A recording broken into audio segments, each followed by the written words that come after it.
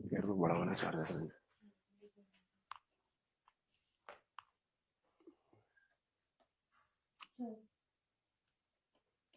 इसको चार्ज कैसे करते हैं?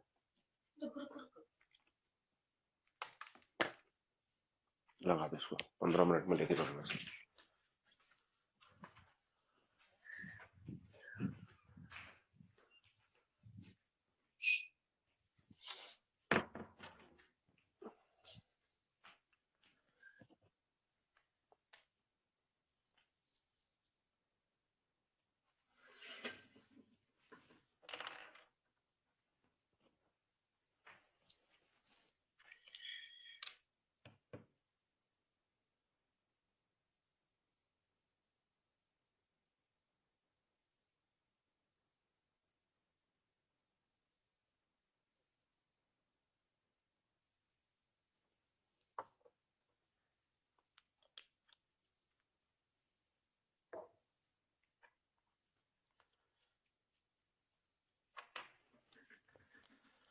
हाँ भैया,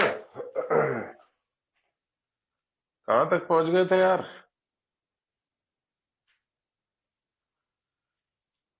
हाँ, permutation of objects not all distinct अपना हो गया था। सर्कुलर परमुटेशन अपन लोग कर रहे थे। सर्कुलर परमुटेशन का फॉर्मूला ही अपन लोगों ने लिखा था।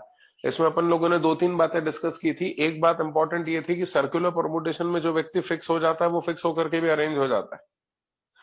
याद आया क्या? और दूसरी बात हम लोगों ने ये की थी कि यदि total number of ways of arranging and different objects around the circle लेना है तो उसका फॉर्मूला ही है। तो सही भी बात है, उस फॉर्मूले में बिल्कुल सही बोला है मैंने। 1 मिनट इसको जरा मिटा रहा हूं, उसके बाद आगे की बातें कर रहा हूं।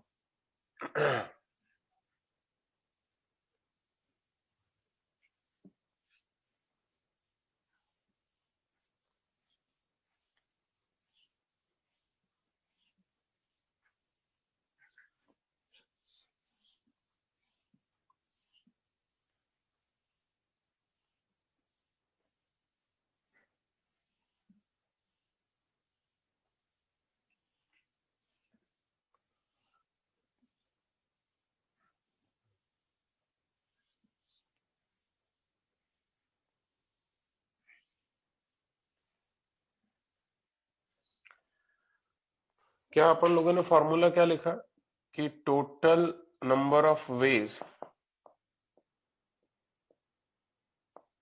Of arranging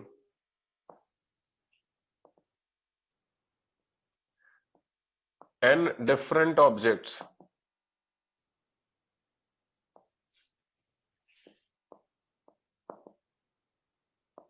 around a circle taken all at a time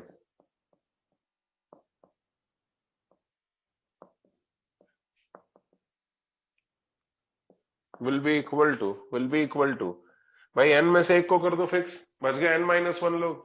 n-1 लोगों को n-1 कुर्सियों पर फैक्टोरियल n-1 तरीके से अरेंज कर दो। मगर किसी से ये मत कहना कि तुमने n-1 लोगों को अरेंज किया है। ये फॉर्मूला n-1 लोगों को अरेंज करने का नहीं है, बल्कि n लोगों को सर्कल के चारों तरफ अरेंज करने का। कभी कभी इस आंसर में आगे हाफ और लगाना पड़ता है। हाँ, अब सवाल ये पैदा होता है कि कब नहीं लगाते हो आगे हाफ और कब लगाते हैं। तो जब clockwise and anti clockwise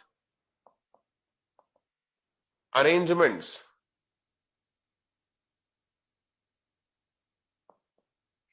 can be distinguished,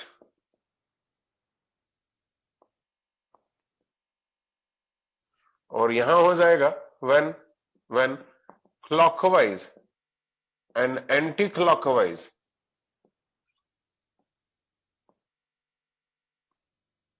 arrangements cannot be distinguished.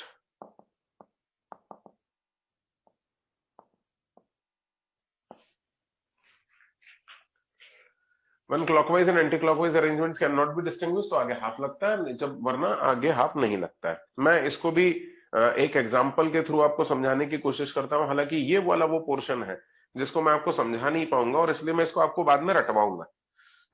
जरा 2 मिनट सुनिएगा। जैसे सपोज वो राउंड टेबल कॉन्फ्रेंस हुई थी, याद है? वो कौन कौन गया था? अरे यार याद होगा ना यार, राउंड टेबल कॉन्फ्रेंस में हम ही लोग तो थे। हाँ, एक मैं था, वो देखो वो सिर्फ मेरी तरफ इशारा कर रहा है। मेरे अलावा गांधी जी थे और नेहरू जी थे और एक फिरंगी था। तो हम लोग जब बारंगे भाई हम लोग राउंड टेबल कॉन्फ्रेंस में गए थे तो क्या हुआ क्या था जरा देखना। ये मैंने यहाँ पे गांधी जी को फिक्स कर दिया था, पहली वाली तो फेल हो गई थी, यदि तुम्हें याद हो तो। कारण क्या है? वो गांधी जी को परमुटेशन आना नहीं था, वो तो कॉमर्स वाले थे, तो उनको बैठना आया ही नहीं। तो मैंने फिर मुझे अगली बार में नेता मुझे बनाया गया, तो फिर मैंने गांधी जी को फिक्स किया और गांधी जी को फिक्स करने के बाद यहाँ मैंने नेहरू जी को बैठा दिया, यहाँ मैं बैठ गया, या यहाँ फिरंगी बैठा दिया और यहाँ मैं बैठ गया। अच्छा, नेहरू जी तो तुरंत गांधी जी के पास बैठ जाते थे, भाई प्राइम मिनिस्टर बनना था उनको। अपने को तो ऐसा कुछ था नहीं, अपन तो टीचर व्यक्ति हैं, अपने को तो कुछ बनना नहीं है जीवन में, और इसलिए अपने को कोई टेंशन नहीं था, कहीं भी बैठा दो। तो अब यह हुआ क्या, राउंड टेबल कॉन्फ्रेंस हो गई यहाँ पे शुरू। हालांकि गांधी जी ने ऑब्जेक्शन भी लिया कि तुमने मुझे तो फिक्स कर दिया, तो मैं यदि फिरंगी के बाजू में बैठना चाहूँ नेहरू और फिरंगी के बीच में, डेफिनेटली ना। गांधी जी के फेवरेट तो नेहरू और फिरंगी थे, मैं तो फेवरेट था नहीं। भाई मैथ्स वाला व्यक्ति कभी कॉमर्स वाले व्यक्ति का फेवरेट हो सकता है क्या? तुम ही बताओ। नहीं हो सकता, नहीं हो सकता। अरे भैया, मैथ्स वाले को मैथ्स वाले ही समझ पाता है, बल्कि और प्रिसाइजली बोलूं, टीचर को टीचर ही समझ पाता है, इंजीनियर को इंजीनियर ही समझ पाता है, डॉक्टर को डॉक्टर ही समझ पाता है। तो बड़ी दिक्कत हो गई। अब वो लॉयर थे, बैरिस्टर थे, बहुत बड़े लॉयर थे, और मैं छोटा सा टीचर। खैर फिर भी बहरहाल, तो उन्होंने कहा कि साहब, गांधी जी ने कहा कि तुमने मुझे फिक्स कर दिया, मैं तो अरेंज ही नहीं हो पा रहा हूँ, मैं नेहरू और फिरंगी के बीच में जाना चाहता हूँ। तो मैंने कहा साहब, आप फिक्स होकर के भी अरेंज हो रहे हो। मैंने कहा साहब, ये लीनियर परमुटेशन नहीं है जहां पे जो व्यक्ति फिक्स हो जाता है वो हिलता डुलता ही नहीं, अरेंज ही नहीं होता, कैलकुलेशन से हट जाता है। ये सर्कुलर परमुटेशन है। ये सर्कुलर परमुटेशन में जो व्यक्ति फिक्स होता है वो फिक्स होने के बाद भी अरेंज हो जाता है। याद आया क्या? अब यार सीन, खैर सीन सुनना है यार, सीन सुनना। अब क्या हुआ कि एक वेटर आया, और जब वो यहां तक आया मेरे तक, तो उसकी थाली में जो भी स्नैक्स वगैरह थे वो सब खत्म हो चुके थे। मेरा दिमाग खराब हो गया यार भैया यार। वो वेटर ने शुरू यहां से किया था और यहां से बांटना चालू किया, और ये यहां पर आया वो। तो अब नेचुरल सी बात है, वो इस रास्ते से भी आ सकता था, इस रास्ते से भी आ सकता था। तो अब वो जब मेरे पास आया तो उसकी थाली में कुछ भी नहीं था, उसकी प्लेट पूरी खाली हो चुकी थी। तो मैंने उससे पूछा कि मेरे भाई, अब ये तो नहीं बोल सकता था कि अबे कमबख्त, मेरे लिए कुछ नहीं बचाया, कौन खा गया है सारे के सारे। उसको सोफिस्टिकेटेड लैंग्वेज में प्रेजेंट करना पड़ा। तो व्हाट आई आस्क्ड हिम कि तुम्हें बीच रास्ते में कौन, मतलब मैंने उससे पूछा कि क्यों, तुम क्लॉकवाइज आए या एंटी क्लॉकवाइज आए? जब वो यहां आया तो मैंने उससे पूछा, तुम क्लॉकवाइज डायरेक्शन से आए या एंटी क्लॉकवाइज डायरेक्शन से आए? भाई क्लॉकवाइज डायरेक्शन से आए होंगे तो मैं समझ जाऊंगा कि किसने खाया, और एंटी क्लॉकवाइज डायरेक्शन से आए होंगे तो मैं समझ जाऊंगा कि किसने खाया। कहने लगा साहब, मैं इतना पढ़ा लिखा थोड़ी ना हूं कि मैं ये बता पाऊं कि मैं कौन सी डायरेक्शन से आया, लेकिन हाँ मैं ये जरूर बता सकता हूं कि जब मैं यहां तक आया तो मुझे मेरा फिरंगी साहब मिला था। मैं तुरंत समझ गया कि वो इस रास्ते से आया होगा, यानी एंटी क्लॉकवाइज डायरेक्शन से आया होगा, यानी ये फिरंगी है जो मेरा पूरा खाना खा गया, जिसके कारण मैं परेशान हो रहा हूं। या वो जब यहाँ आया तो मैंने उससे पूछा भैया कौन से रास्ते से आया, क्लॉकवाइज या एंटी क्लॉकवाइज? कहने लगा साहब, मैं इतना पढ़ा लिखा नहीं हूँ, एक तो वैसे ही मैं यूके में हूँ, यूके के लोग तो वैसे ही पढ़ते लिखते नहीं। तो मैं जब यहाँ आया तो मुझे रास्ते में एक नेताजी मिले थे, और वो शरीर में ज्यादा कपड़े नहीं पहने हुए थे। मैं तुरंत समझ गया, अच्छा गांधी जी ने मुझसे दुश्मनी निकाल ली खाने के मामले में, और पूरा मेरा खाना निपटा दिया। है ना? मैं तो समझ में आ गया कि गांधी जी रास्ते में मिले थे। इसका मतलब हुआ कि आज मैं क्लॉकवाइज और एंटी क्लॉकवाइज डायरेक्शन में डिस्टिंग्विश कर पा रहा हूं। जब भी मैं क्लॉकवाइज और एंटी क्लॉकवाइज डायरेक्शन में डिस्टिंग्विश कर पाऊंगा, आगे हाफ लगाने की आवश्यकता नहीं है। क्या मैं क्लियर हूं? फिर से देखना, एक और बताता हूं, एक केस और बताता हूं। गार्लैंड देखा है तुम लोगों ने कभी? अरे फूलों की माला, है? फूलों की माला नहीं देखी है? अरे इस साल तुम लोग शादी में नहीं गए होगे, लेकिन पिछले साल तक तो तुम लोगों ने बहुत सारी शादियां करवाई होंगी, मामा चाचा नाना दादा, मालूम नहीं किस किस की शादियां करवाई है। झूठ मत बोलो, पूरे खानदान में किसी की भी शादी होती है नाचते तुम ही हो। हाँ, बारंगे बारंगे बारंगे, पहचान गया। तो भैया वो शादियों में फूलों की माला, अच्छा चलो शादी में नहीं जाते तुम लोग, मंदिर तो जाते होगे भगवान के दर्शन करने, चक्रवर्ती। हाँ की बोल छे। तो फूलों की माला भगवान के गले में तो देखी होगी। देखो, ये वो औलादे हैं जो शादी में ज्यादा जाती हैं, मंदिर कम जाती हैं, लेकिन ढोंग ऐसा करेंगी कि नहीं हम तो मंदिर में ही जाते हैं, शादियों वादियों में तो जाते ही नहीं है। देखो इधर देखो। तो भैया ये फूलों की माला है, ये इस तरह से होती है माला, होती है नहीं होती है। अब क्या सीन क्या बना जरा देखना, यहां से यहां तक वो रेड रोजेस लगाता है माला बनाने वाला। भाई माला बनते हुए नहीं देखी होगी तुम लोगों ने, मैंने बनते हुए भी देखी है, बनाई भी है। तो यहां से यहां तक रेड रोजेस लगाता है, यहां से यहां तक येलो रोजेस लगाता है, और ये व्हाइट रोजेस लगा रहा है। अब ठीक वही चाप यहां पे भी काटेगा वो, और यहां पे रेड रोजेस बनाएगा, फिर यही चाप यहां पे भी काटेगा, यहां पे येलो रोजेस बनाएगा, और यहां पे व्हाइट रोजेस बनाएगा। ऐसी बनती है फूलों की माला। अब ये फूलों की माला को ऐसे जमीन पे रख दो जरा, अरे रखो मेरे हाथ में ऐसे। हाँ good good good good good good, ऐसे, अरे मेरे हाथ में रख रही है, अरे अपना हाथ नीचे करिए, ऐसे इमेजिन करके माला पड़ी हुई है। हाँ, अब एक व्यक्ति यहां से यहां आया, तो जब वो यहां से यहां आया तो नेचुरल सी बात है, इस रास्ते से भी आ सकता है, इस रास्ते से भी आ सकता है। मैंने उससे पूछा भैया तू यहां तक आया है, रास्ते में बता कौन से रास्ते से आया, क्लॉकवाइज की एंटी क्लॉकवाइज। कहने लगा मुझे ये नहीं मालूम कि मैं क्लॉकवाइज आया कि एंटी क्लॉकवाइज आया, लेकिन जब मैं यहां से यहां आया तो मुझे पहले व्हाइट रोज मिला, फिर येलो रोज मिला, फिर रेड रोज मिला। अब पहले व्हाइट फिर येलो फिर रेड, तो इस रास्ते से आएगा तो भी मिलेगा और इस रास्ते से आएगा तो भी मिलेगा। यानी आज मैं क्लॉकवाइज डायरेक्शन और एंटी क्लॉकवाइज डायरेक्शन, वो किस डायरेक्शन से आया पता नहीं कर पा रहा हूं, यानी आज क्लॉकवाइज और एंटी क्लॉकवाइज डायरेक्शन में डिस्टिंग्विश नहीं कर पा रहा हूं, और इसलिए एज अ पेनल्टी मुझे आगे हाफ लगाना पड़ेगा। अब मेरी बात सुन लेना, मेरा ये एक्सप्लेनेशन बहुत ही पुअर है, और इसलिए सिर्फ जो किताबों में लिखा था वो मैंने आपको एक्सप्लेन कर दिया, लेकिन अब इसका इस्तेमाल मत करना। अब इस्तेमाल सिर्फ एक बात का करना जो मैं आपको बताना चाह रहा हूं। Following are the 3 cases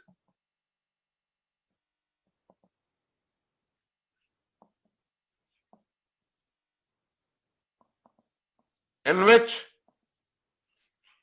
answer will be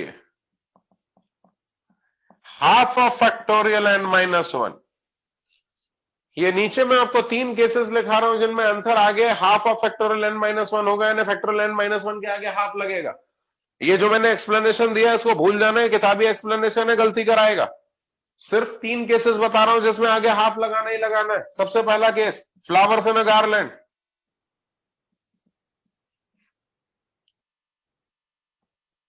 दूसरा केस, बंच ऑफ कीज। तीसरा case, pearls in a necklace.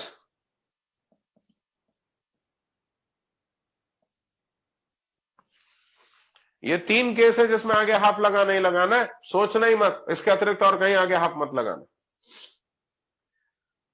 तुम बोलोगे सर लेकिन यदि गार्लैंड में उसने अलग अलग कलर के फ्लावर लगा दिए तो, मान लीजिए यहां लगा दिया सफेद, येलो और रेड, और यहां लगा दिया नीला, नारंगी, यानी नीला यानी ब्लू, ऑरेंज और वॉयलेट, सर तब तो अंतर कर पाएंगे, क्योंकि जिस कलर के फूल यहाँ है उस कलर के फूल यहाँ नहीं है, तो अब तो क्लॉकवाइज और एंटी क्लॉकवाइज अरेंजमेंट में डिस्टिंग्विश हो जाएगा। नहीं दोस्तों, मेरा एक्सप्लेनेशन पुअर है, और इस कारण से तुम्हें ये डाउट उठ रहा है। तुम तो सीधे सीधे याद कर लेना, यदि फ्लावर्स इन अ गार्लैंड का केस है तो आगे हाफ लगाना है, चाहे वो फ्लावर्स डिफरेंट हो, चाहे वो flowers different different different different हो, कैसे भी हो कोई फर्क नहीं पड़ता।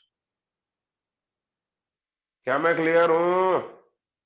रट्टो मार लियो, रट्टो मार लियो। Flowers in a garland, bunch of keys, pearls in a necklace.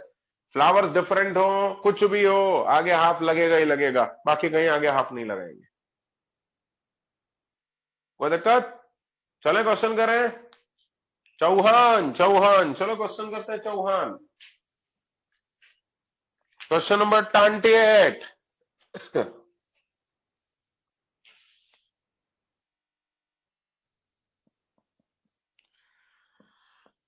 Question number 28, in how many ways can 8 persons be arranged in a circle. 1 minute, 8 लोगों को अरेंज करना है तो 8 में से 1 को करने का पड़ेगा फिक्स, और बच गया, आगे लगा दिया फैक्टोरियल।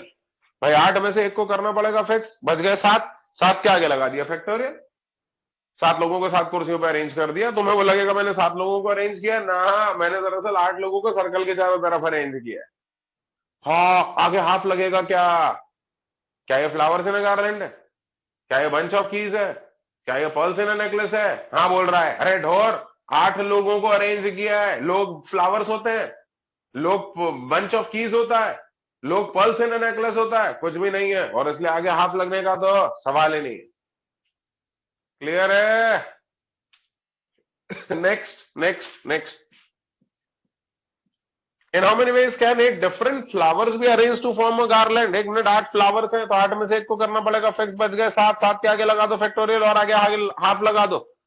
क्यों आगे हाफ क्यों लगाएंगे? फ्लावर्स इन गार्लैंड का केस है, आगे हाफ लगेगा ही लगेगा, कोई रोक ही नहीं सकता। हालांकि उसने कहा है देयर आर 8 डिफरेंट फ्लावर्स, तो तुम उसको कह देना कि 8 डिफरेंट हो, चाहे 8 डिफरेंट डिफरेंट हो, कोई फर्क नहीं पड़ना है। अरे कोई फर्क नहीं पड़ना है, आगे हाफ तो लगना ही लगना है। ठीक है पांडे, अमित पांडे? ठीक है ठीक है ठीक है। Next question number 30। In how many ways can the president, vice president and secretary along with 9 other members be seated around a table such that the president and vice president are always on either side of the secretary? In how many ways can the president, vice president and secretary along with 9 other members be seated around a table such that president and vice president are always on either side of the secretary? भैया सुन लो, president, vice president और secretary और 9 दूसरे member committee के। अरे राम राम राम राम राम, ये क्या हो गया? थोड़ा बैटरी लो हो गई है, सिर्फ 10% बैटरी बची है, आप टेंशन ना ले, अभी हम चार्जिंग लगाता हूं। हाँ भैया, तो बोल रहा है इन how many ways can the president, vice president and secretary along with 9 other members be seated around the table. तो कुल मिलाकर के 12 लोग हो गए ना यार, प्रेसिडेंट, वाइस प्रेसिडेंट, सेक्रेटरी और 9 दूसरे मेंबर्स।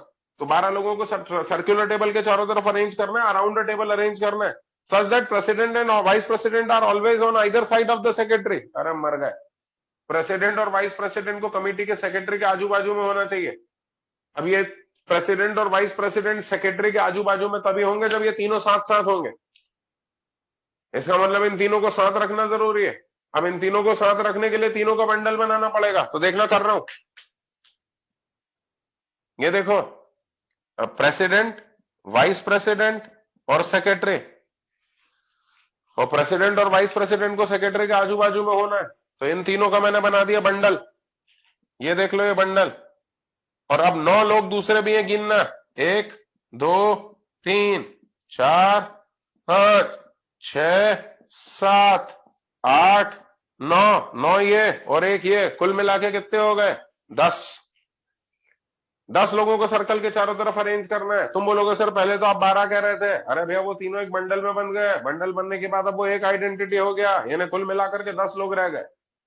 10 लोगों को सर्कल के चारों तरफ अरेंज करना है, तो 10 में से एक को करना पड़ेगा फिक्स, आगे लगा दो फैक्टोरियल। लेकिन अभी काम खत्म नहीं हुआ है, अभी काम खत्म नहीं हुआ। अच्छा आगे हाफ लगेगा क्या? नहीं लगेगा, इंसानों का केस है, आगे हाफ लगने का सवाल ही नहीं है।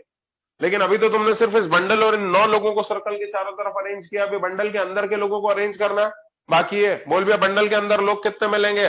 2 लोग मिलेंगे। तुम बोलोगे झूठ बोलते हो, बंडल के अंदर 3 लोग हैं। अरे भैया सेक्रेटरी तो बीच में ही रहेगा, उसको थोड़ी ना कुछ कर सकते हैं, यानी सिर्फ इन दोनों को और अरेंज किया जा सकता है। यानी एक केस और वो बन सकता है जब प्रेसिडेंट इधर, वाइस प्रेसिडेंट इधर, और या फिर वाइस प्रेसिडेंट इधर, प्रेसिडेंट इधर, यानी इन 2 लोगों को इन 2 कुर्सियों पे हम अरेंज कर सकते हैं, सेक्रेटरी तो बीच में रहेगा ही रहेगा। कर दो, 2 लोगों को 2 कुर्सियों पे कितने तरीके से अरेंज करोगे? फैक्टोरियल 2 तरीके से। तुम बोलोगे सर इसमें आपने फिक्स नहीं किया। भैया किसी भी क्वेश्चन में फिक्सिंग एक ही बार होती है और आगे हाफ की पेनल्टी भी एक ही बार लगती है, यदि लगी तो। एक क्वेश्चन में 2 बार फिक्सिंग नहीं होगी, एक क्वेश्चन में 2 बार आगे हाफ की पेनल्टी नहीं लगेगी, ये ध्यान रखना। क्लियर है क्या? हमें इनको भी अरेंज करना है एवं इनको भी अरेंज करना है, एवं एन एंड एन मल्टीप्लाई, यानी answer comes out to be factorial 9 into factorial 2। आला रे आला, आंसर आला।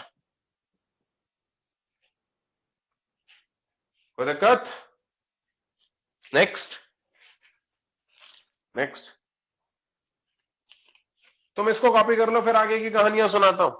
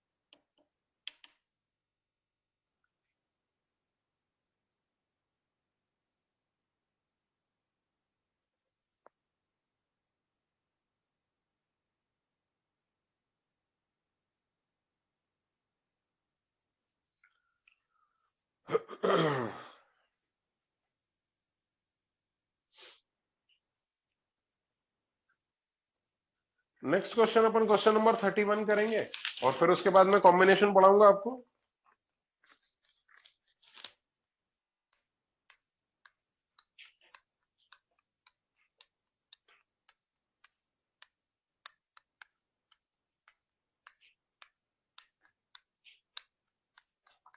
बता दो कितने लोग अभी भी नकल कर रहे हैं, रेज हैंड का बटन प्रेस करो।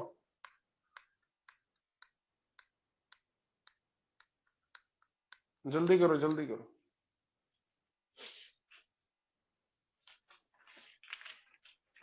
ये रहा।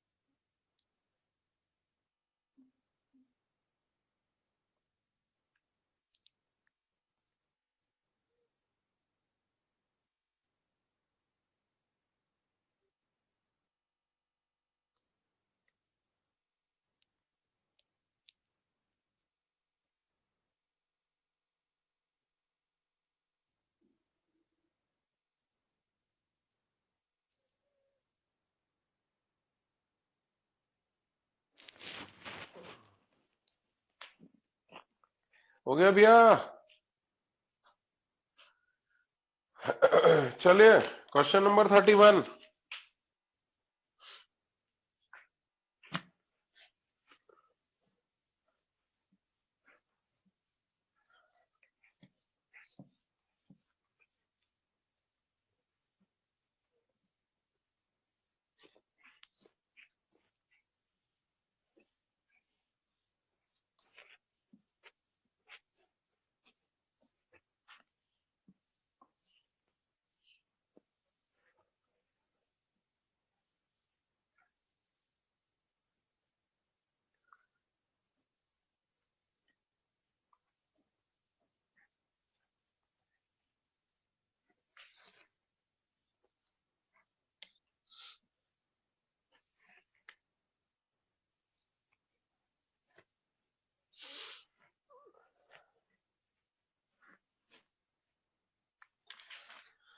क्वेश्चन नंबर 31 में क्या कह रहा है?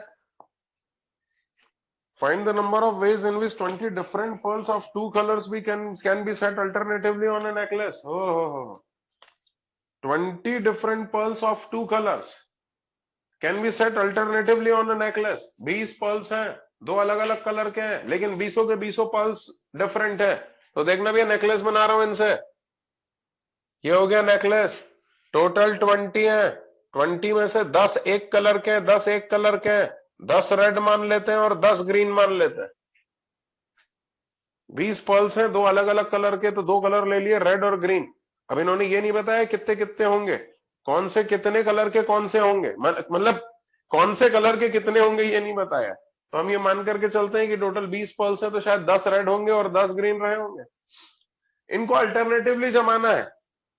अल्टरनेटिवली जमाना है नेकलेस बनाने के लिए. तो अरेंज करने का केस है ना, परमुटेशन का केस है, और नेकलेस है ना सर्कुलर परमुटेशन का केस है. तो सर्कल के चारों तरफ अरेंज करते हैं. इनमें से किसी भी एक वैरायटी के नेकलेस पहले ले लीजिए. सॉरी, गलत बोल गया, फिर से बोलता हूं. किसी भी एक वैरायटी के पर्ल्स पहले ले लीजिए और उनको सर्कल के चारों तरफ अरेंज कर लेते हैं.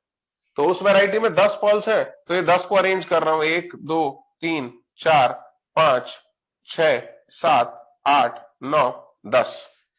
एक वैरायटी के 10 पर्ल्स को हमने यहां पर अरेंज कर लिया. 10 में से एक फिक्स हो जाएगा, आगे फैक्टोरियल लग जाएगा, आगे हाफ भी लगेगा. काम अभी खत्म नहीं हुआ है. अभी तो मैंने सिर्फ 10 पर्ल्स को अरेंज किया है. वो 10 के 10 पर्ल्स है डिफरेंट, मगर है एक ही कलर के. मान लो वो रेड कलर है, तो रेड कलर के 10 पर्ल्स को मैंने अरेंज कर दिया. तो 10 में से एक को करना पड़ा फिक्स, बच गए 9. 9 के आगे लगाया फैक्टोरियल और आगे हाफ लगाया, क्योंकि पर्ल्स इन नेकलेस का केस है. अब स्टार्टिंग पॉइंट और एंड पॉइंट एक बार जनरेट हो गया. अब और फिक्सिंग करके स्टार्टिंग पॉइंट और एंड पॉइंट जनरेट मत करना. आगे हाफ की पेनल्टी भी एक बार लगा दी, अब और नहीं लगेगी. अब ये लीनियर परमुटेशन बन गया है, क्योंकि स्टार्टिंग पॉइंट और एंड पॉइंट मालूम हो गया, तो लीनियर परमुटेशन है. तो अब बचे हुए 10 पल्स ऐसे ही अरेंज होंगे. बचाओ दूसरी वैरायटी के जो 10 पल्स है वो उठाओ, और उनके लिए कितनी पोजीशंस अवेलेबल है गिनो. 1 2 3 4 5 6 7 8 9 10. इन 10 पल्स को इन 10 कुर्सियों पे अरेंज कर दो. 10 पल्स को 10 कुर्सियों पे अरेंज करने के लिए पहले पल को 10 तरीके से, दूसरे को 9 8 7 6 5 4 3 2 1 यानी फैक्टोरियल 10 तरीके से अरेंज करेंगे. तुम बोलोगे सर फिर से स्टार्टिंग पॉइंट और एंड पॉइंट यहाँ पे जनरेट करना चाहिए था, एक बार और फिक्सिंग करो. जरूरत ही नहीं है, एक बार फिक्सिंग हो गई, starting point and point generate हो गया, अब फिर से फिक्सिंग नहीं होगी. हमें इनको भी अरेंज करना है, एवं इनको भी, एवं एंड मल्टीप्लीकेशन कर दो, मल्टीप्लाई आला रे आला आंसर आला. Answer comes out to be half of factorial 9 into factorial 10. Clear है? नेक्स्ट. हाँ चलो कॉम्बिनेशन बढ़ाता हूं, कुछ मजेदार पढ़ाता हूं. चलो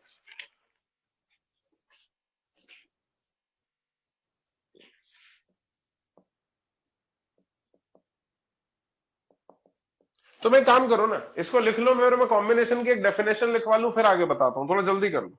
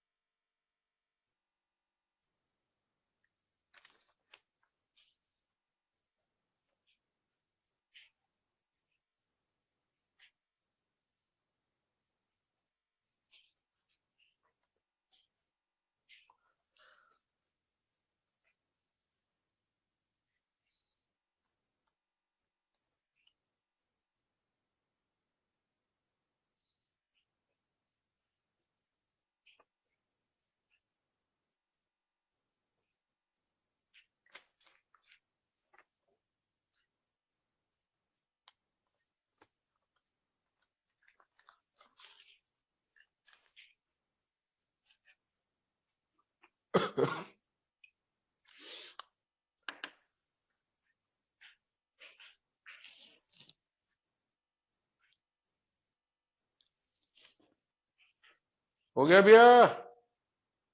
एक सेकंड यार, मैं जरा चार्जर लगा दूं.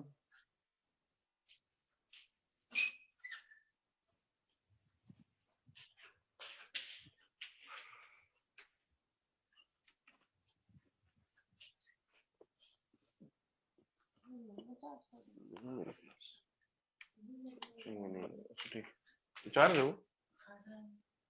Thank you.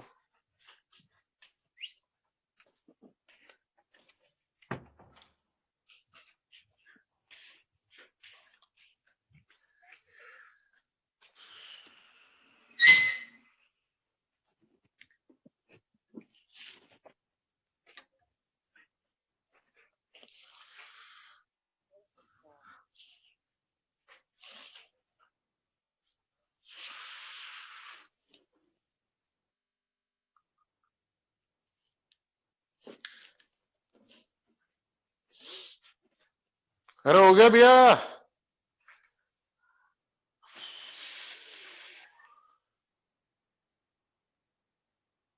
अरे कौन है भाई? होस्टिंग में कौन है? यस पंकज। सर। हेलो। हाँ सर। यार मेरे आईपैड में सिर्फ 5% बैटरी है यस सर। और इस वाले आईपैड का चार्जर जो है वो डिफरेंट है, हाँ वो पावर बैंक से कनेक्ट नहीं होगा। तो यदि क्लास खत्म हो जाए, जी। मतलब मेरा ये बंद हो जाए, हाँ सर। आईपैड बंद हो जाए, तो क्लास खत्म कर देना, ठीक है? Okay sir. अभी 5% है। चलो। ओके। कोई बात नहीं, शाम को कवर कर लेंगे अपन।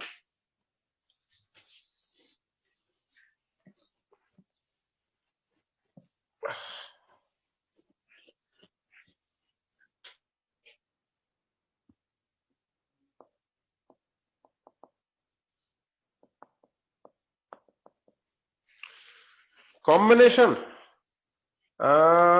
लिखना जरा कॉम्बिनेशन के बारे में। Total number of veg, total number of ways of choosing R objects, yeah, sorry, total number of ways of choosing N objects, sorry, total number of ways of choosing N different objects, total number of ways of choosing N different objects taken R at a time, total number of ways of choosing N different objects taken R at a time is given by NCR, which is equal to factorial N upon factorial R into factorial N minus R, where N is greater than equal to R.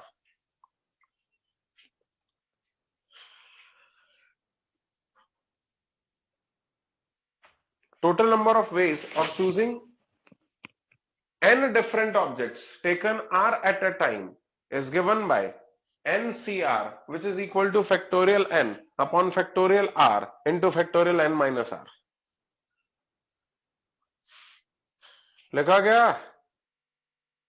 जरा इसको देखना, ये क्या है? This is NPR, तो हो गया NCR is equals to NPR upon factorial R, factorial R को इधर ले लो, तो हो गया NPR is equals to NCR into factorial R। ये फैक्टोरियल R को उठा करके इस तरफ शिफ्ट कर दिया। मैं तुमसे कहता था ना कि ये जो NPR वाला फॉर्मूला है, ये पहले चूज करता है और चूज करने के बाद अरेंज करता है। देखो मेरा कहा आज मैंने साबित कर दिया। हालांकि किताबों में लिखा हुआ है कि NPR वाला फॉर्मूला सिर्फ N में से R ऑब्जेक्ट्स को अरेंज करता है, लेकिन मैंने तुम्हें डे 1 को बताया था कि कौन कहता है कि परमुटेशन का मतलब अरेंजमेंट होता है, परमुटेशन का मतलब पहले सिलेक्ट करना एवं फिर अरेंज करना होता है। आज मैंने इस बात को साबित कर दिया। NPR यानी N में से R ऑब्जेक्ट्स को परम्यूट करना, यानी N में से R ऑब्जेक्ट्स को अरेंज करने के लिए पहले N में से R को चूज करो और फिर चूज किए गए R ऑब्जेक्ट्स को फैक्टोरियल R तरीके से अरेंज करो। यानी मैंने तुम्हें सही सिखाया था कि परमुटेशन का मतलब होता है पहले सिलेक्ट करना एवं फिर अरेंज करना। अरे पहले सिलेक्ट करोगे तब ना अरेंज करोगे, हाँ या ना? फिर से सुनना भैया, फिर से सुनना। तो साहब सीन कुछ ऐसा बना कि यदि n में से r ऑब्जेक्ट को चूज करना हो तो फॉर्मूला ये वाला लगा देना, NCR, जो कि factorial n upon factorial r into factorial n minus r के बराबर है। अब मैं तुम्हें इस फॉर्मूले का मैकेनिज्म समझाता हूं, जरा वो समझने की कोशिश करिएगा। सपोज तुम्हारे पास तीन ऑब्जेक्ट्स हैं या तीन लोग हैं, चलो एक काम करते हैं, तुम्हारे पास तीन लोग हैं, एक व्यक्ति का नाम है ए, एक का नाम है बी, एक का नाम है सी। तुम्हें तीन लोगों में से दो लोगों को चूज करना है। कैसे चूज करोगे बताओ, तीन में से दो को कैसे चूज करोगे? अरे पारस भाई नींद ले रहा, 4% बैटरी बची हुई है और तू नींद ले रहा है राम। बोलो भैया, तीन में से दो लोगों को चूज करना है, कैसे करोगे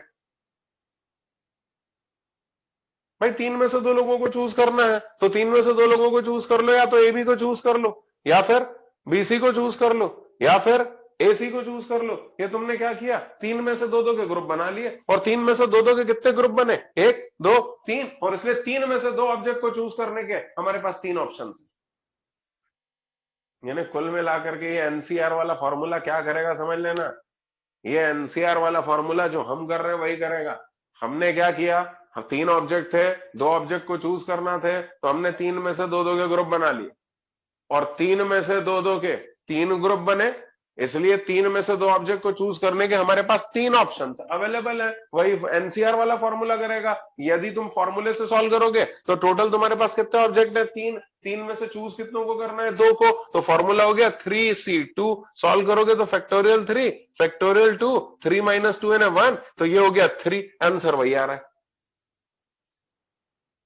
तो यदि तीन में से दो ऑब्जेक्ट को चूज करने के कितने तरीके होंगे ये पता करना हो तो तुम चाहो तो अपने खुद से कर लेना, और तुम चाहो तो फॉर्मूला लगा के कर लेना। लेकिन एक बात ध्यान रख लेना कि फॉर्मूला भी वही करेगा जो तुम करोगे। तुमने जो किया वही फॉर्मूले ने किया। तुमने क्या किया, तुमने तीन में से दो दो के ग्रुप बनाए, जितने ग्रुप बन सकते थे उतने ही नंबर ऑफ ऑप्शंस कहे चूज करने के लिए। तीन में से दो दो के तीन ग्रुप बने, और इसलिए हमारे पास तीन में से दो ऑब्जेक्ट को चूज करने के तीन ऑप्शन है।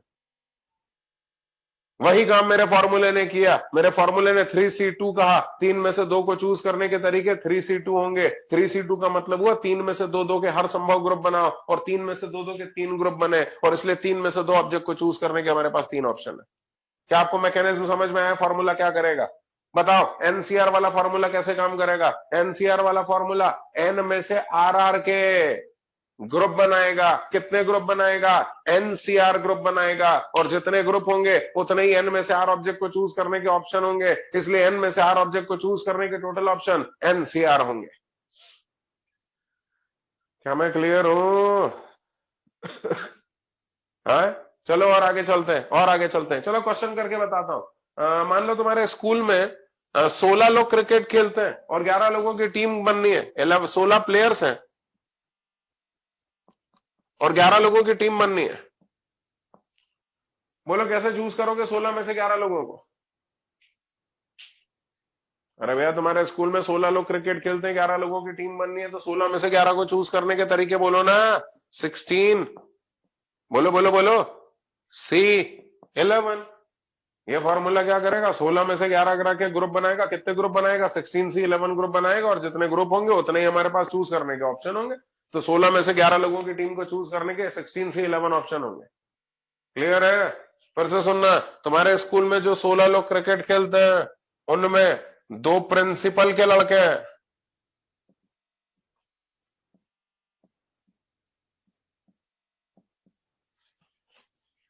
अब बताओ कितने तरीके से तुम 11 लोगों को चूज कर सकते हो? तो अब यदि टोटल 16 लोगों की टीम, टोटल 16 लोग क्रिकेट खेलते हैं और उनमें दो प्रिंसिपल की औलाद है, तो वो तो ऑलरेडी चूजन है। अरे वो तो ऑलरेडी चूजन है, तो इसका मतलब टोटल लोग सिलेक्ट करने थे 11, दो तो प्रिंसिपल के लड़के सिलेक्ट हो ही चुके हैं, बच गए 9 और सिलेक्ट करने के लिए। 16 लोग क्रिकेट खेलते थे, प्रिंसिपल की दो औलादें सिलेक्ट हो चुकी हैं, बच गए 14, 14 में से 9 को सिलेक्ट कर लेना। दुनिया वाले तुमसे कहेंगे कि these are the total number of ways of selecting 9 players out of 14, मना कर देना। These are not the total number of ways of selecting 9 players out of 14. Rather, these are the total number of ways of selecting 11 players out of 16 players, such that two particular players are always to be chosen. नहीं आया? फिर से देखना, फिर से देखना, फिर से देखना। अगला, 16 लोग क्रिकेट खेलते हैं, उनमें दो प्रिंसिपल के दुश्मन की औलाद हैं।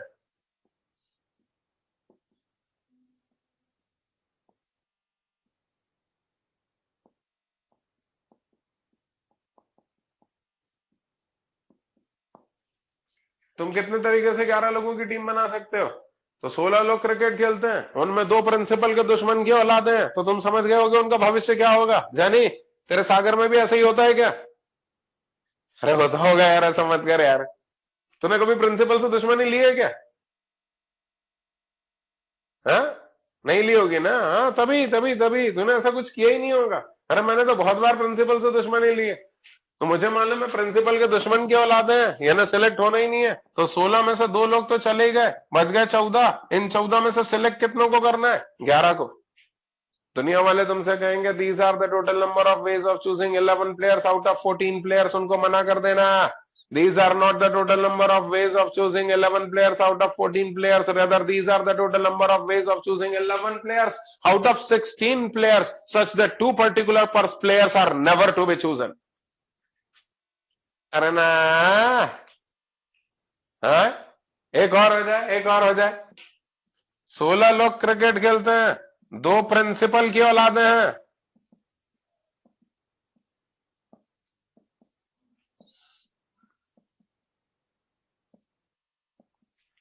और 2 दुश्मन की औलादे हैं।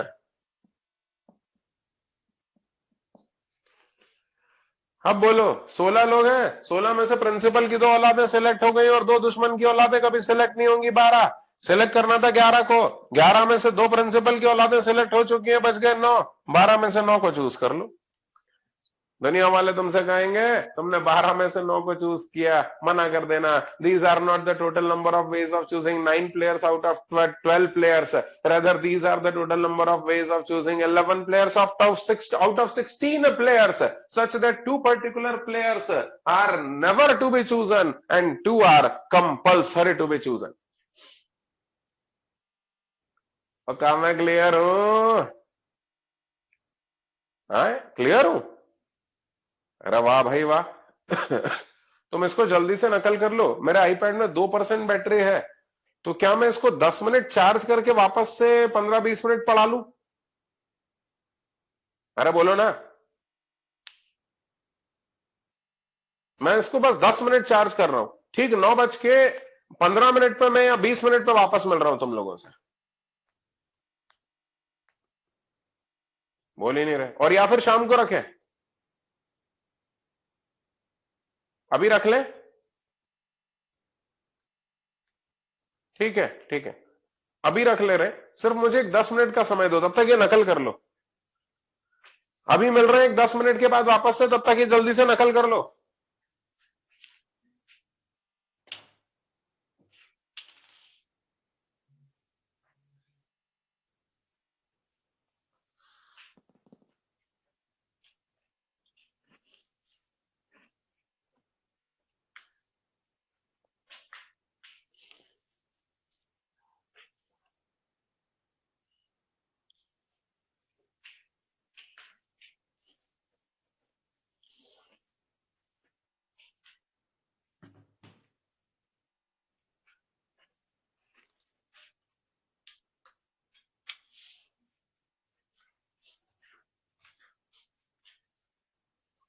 अच्छा, उन 10 मिनटों में तुम लोग क्या करोगे? पूरा अभी तक अपन ने जो पढ़ा है कल की क्लास का और अभी का, एक एक बार लिख लिख करके रिवाइज कर लेना फटाफट।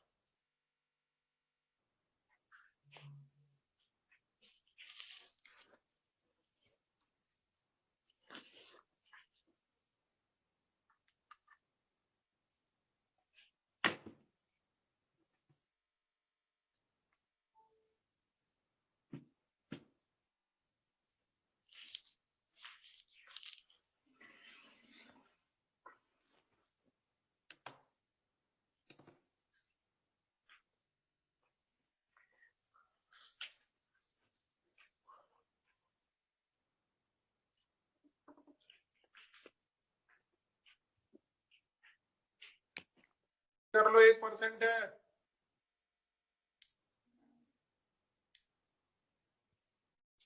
हो गया।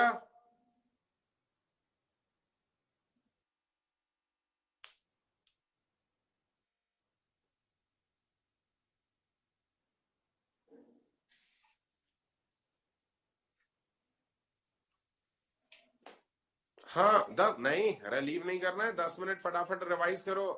इनफैक्ट मैं लीव कर रहा हूँ, पूरा खत्म हो जाएगा तो फिर दिक्कत होगी। बैटरी 1% बचा है, अब वापस आऊंगा तब लिख लेना। ठीक 10 मिनट पे आ रहा हूँ, 9:10 हुआ है, 9:20 पे फिर मिलूंगा तुमसे। Thank you.